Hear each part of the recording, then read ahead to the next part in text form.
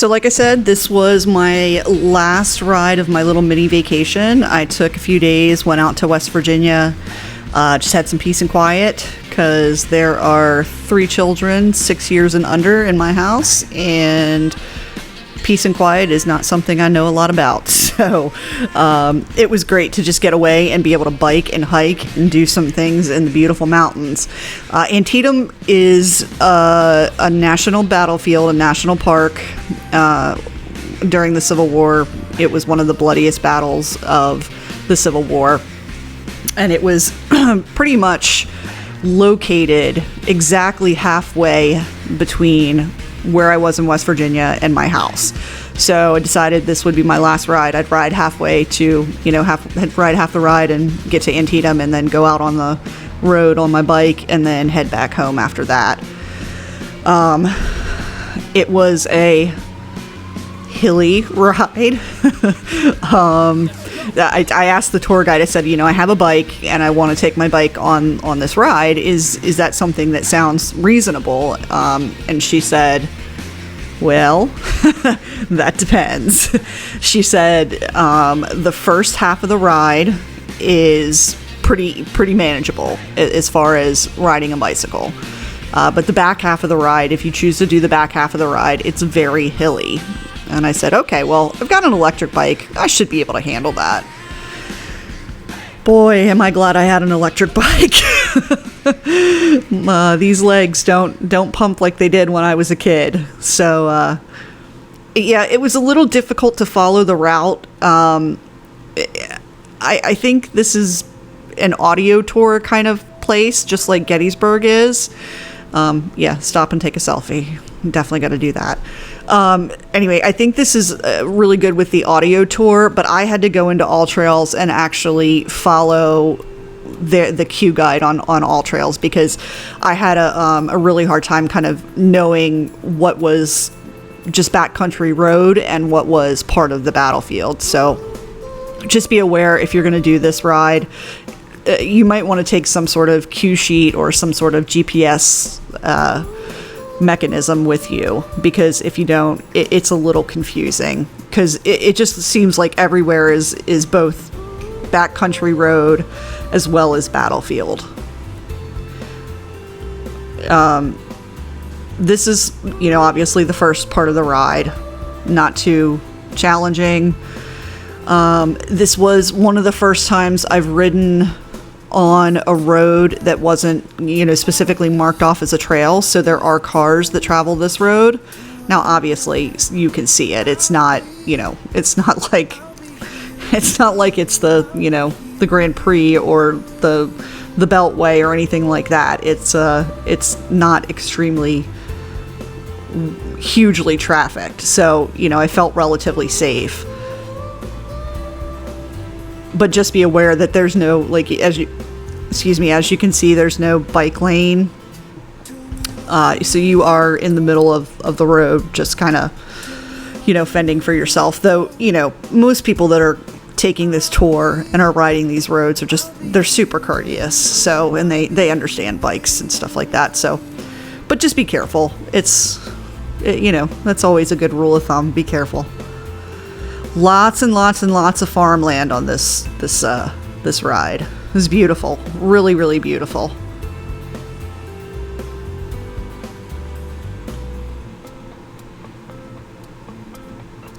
Lots of monuments. I didn't really stop and take a whole lot of pictures this time because I kind of just really wanted to ride and clear my head. So, not a whole lot of stopping and taking pictures this time, which is fine. Some rides are good for pictures, some are just rides that are good for clearing your head.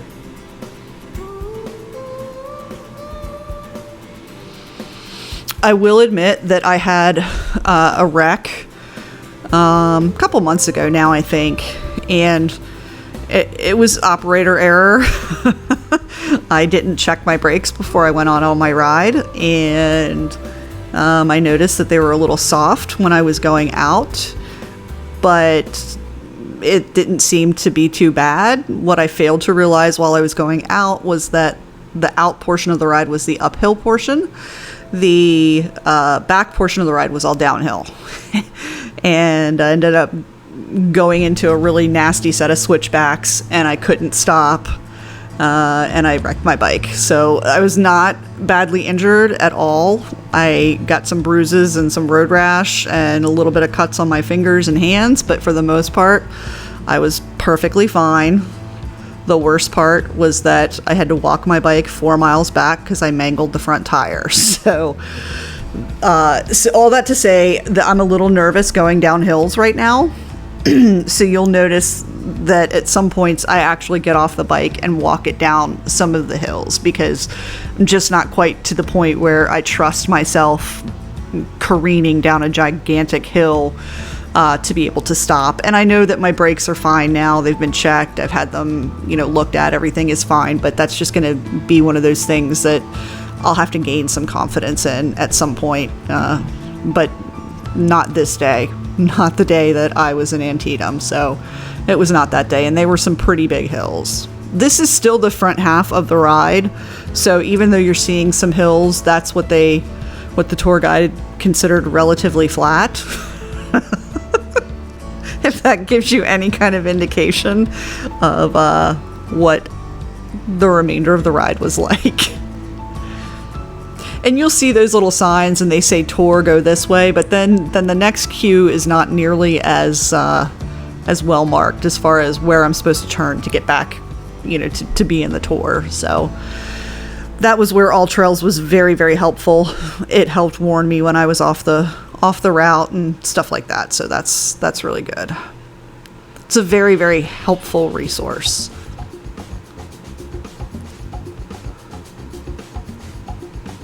Okay, so now we're back at the visitor center, which is where we started, and we're going to go to the second half of the ride. They're doing some construction there, but they still have it's just a beautiful area. It's a beautiful park. It's a beautiful place to ride. Yeah, I had to turn around. I missed my turn. And All Trails kept yelling at me, "You are off route." There we go. Okay, well, now we're back on it.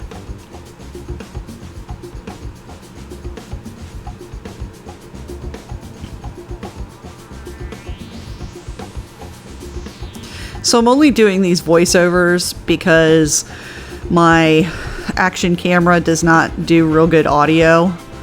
Also, there might be some swear words that come through, and I would like for this to be family friendly if, younger people want to see what these trails look like before they go on them.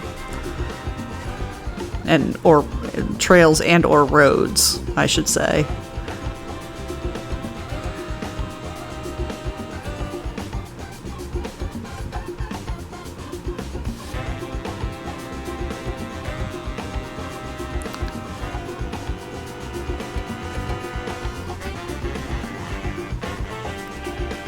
There was one hill going up to Burnside Bridge, which I climbed, and the entire way up the hill, I was like, there's no way I'm making it up this hill. There's no way I'm making it. There's no way I'm making it.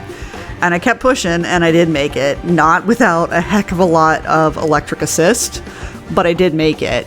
And so, that's kind of a lesson that maybe we think we can't do some stuff, and maybe we need help to do those things that we want to accomplish, but we can do them, even if it means just asking for a little bit of help from my electric bicycle. And, it's hard to see because we're going so fast on this, but there were some really, really quite steep hills up and down. Just as much down as up.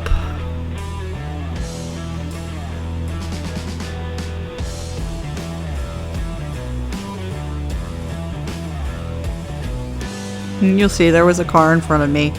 But they're very cognizant of the fact that they're on a tour, and that, that there are possibly bicycles and walkers and things like that. A couple photos, just not a lot.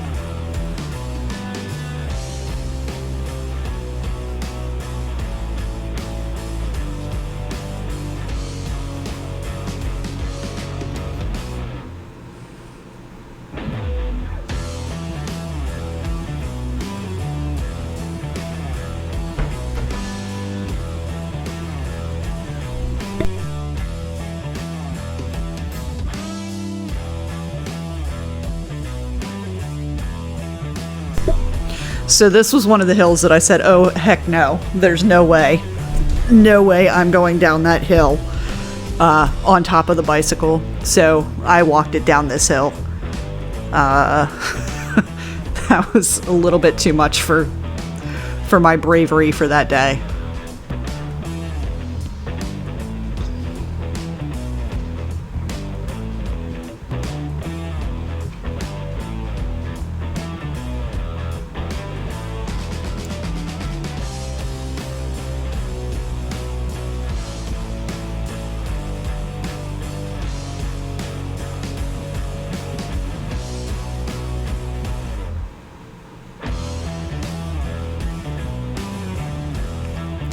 And then I stopped here in the shade for a few minutes, took some selfies, and got ready to ride again.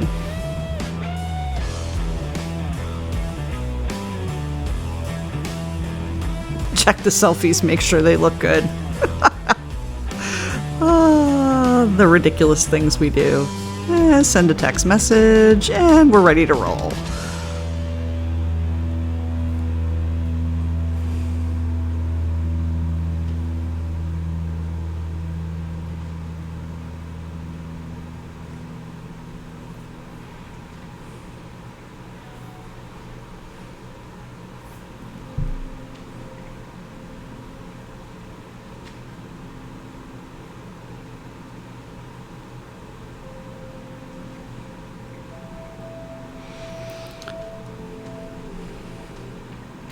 And you'll see the cars. I was very pleased with myself that I was able to ride amongst a little bit of traffic. That's a new thing for me. I'm gaining a little bit of confidence as the rides pass. But like I said in my last video, I'm completely average. I'm a 40-something woman, overweight, haven't ridden a bike since I was a kid. So, by no means am I a professional rider. I am by no means someone who you should necessarily take riding advice from. All I can tell you is, if I ride a ride and I like it, I'll tell you I like it. If I ride a ride and I don't like it, I'll tell you I don't like it, and I'll tell you why. So, all in all, I really liked this ride. It was very peaceful. Even with the cars, it was still extremely peaceful. It was very beautiful. I do have to say that it is not extremely well marked. If you're not following like audio cues that you would get on an audio tour, if you're in a car.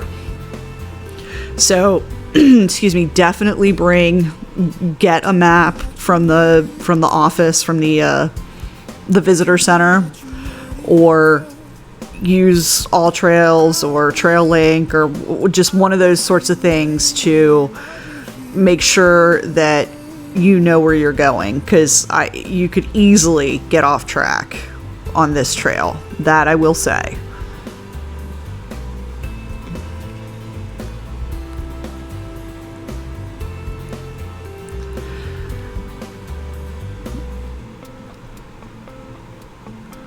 And this is a turn where you go up to Burnside Bridge.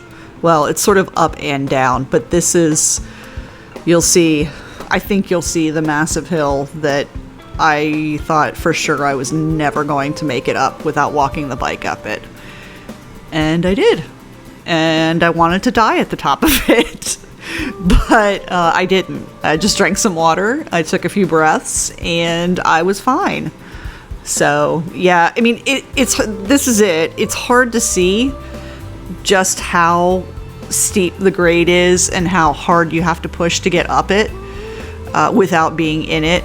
But yeah, it's a pretty tough hill.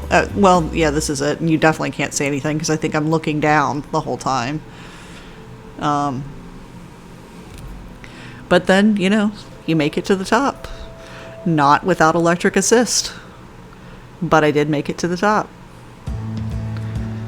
And again, I wanted to die, so I parked the bike for a couple minutes and and got some air and some water, and it was all good.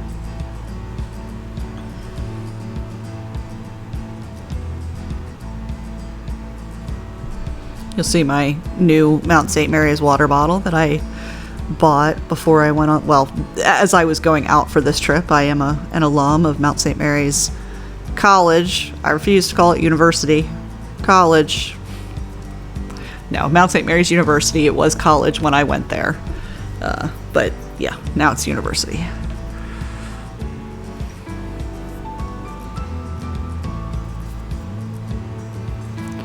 And I got my breath back and we're ready to go. Luckily, since I came up this hill, I now got to go down it.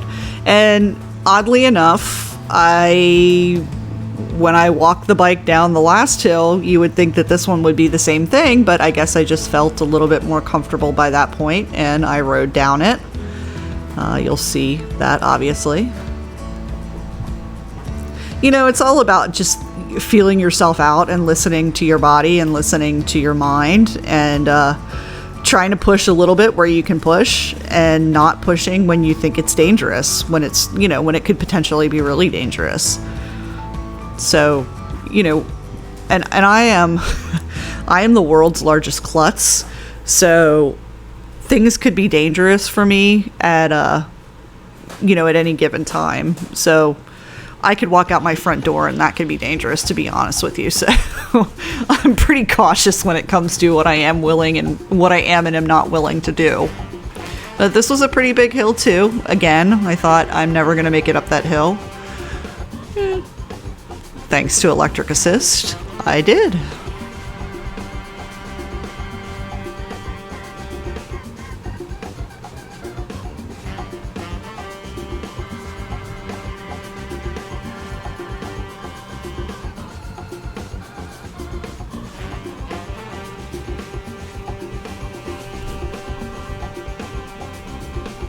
So there's about 2 minutes left on this ride.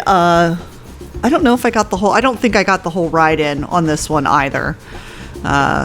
It was around 11 miles round trip. So I started and ended in the same place. It was sort of a loop, I guess. And I got kind of off track in a couple of different places, but so like I said, I definitely do recommend this ride. It's a beautiful area. It's a beautiful place. The roads are nice and smooth.